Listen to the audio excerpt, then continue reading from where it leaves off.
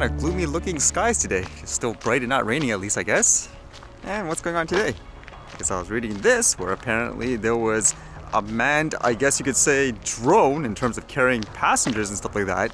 This one says Volocopter conducts first crewed eVTOL flight in France. Volocopter's full-scale testing prototype, the 2X, was used to perform successful flight tests at Pontoise Airfield in Paris to measure the aircraft's noise emissions. The data will be used by the company's partners to shape the future of urban air mobility services in and around Paris. It makes me think, you want to treat drones like all-manned aircraft? You should treat this stuff like all-manned aircraft. Like this, I would consider is virtually the same thing in many ways.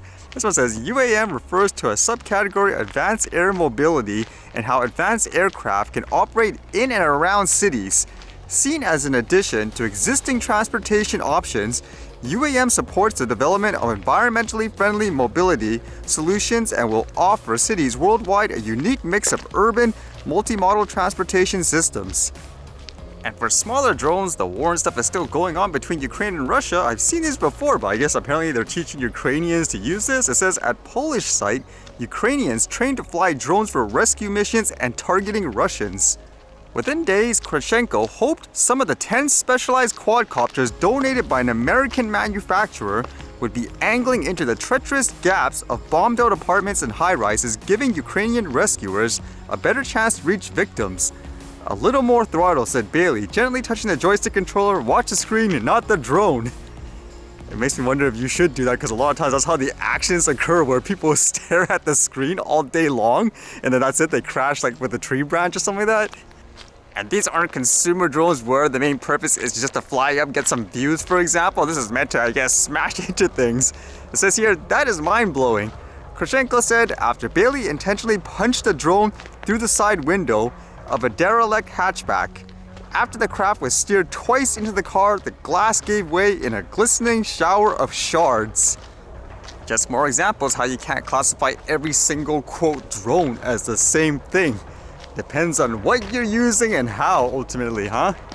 And I thought this was kind of cool. Imagine not being able to move and speak, but then with some kind of implant, you can actually communicate with people just with the thoughts from your brains and stuff like that. This one says, in a first, brain implant lets man with complete paralysis spell out thoughts. I love my cool son.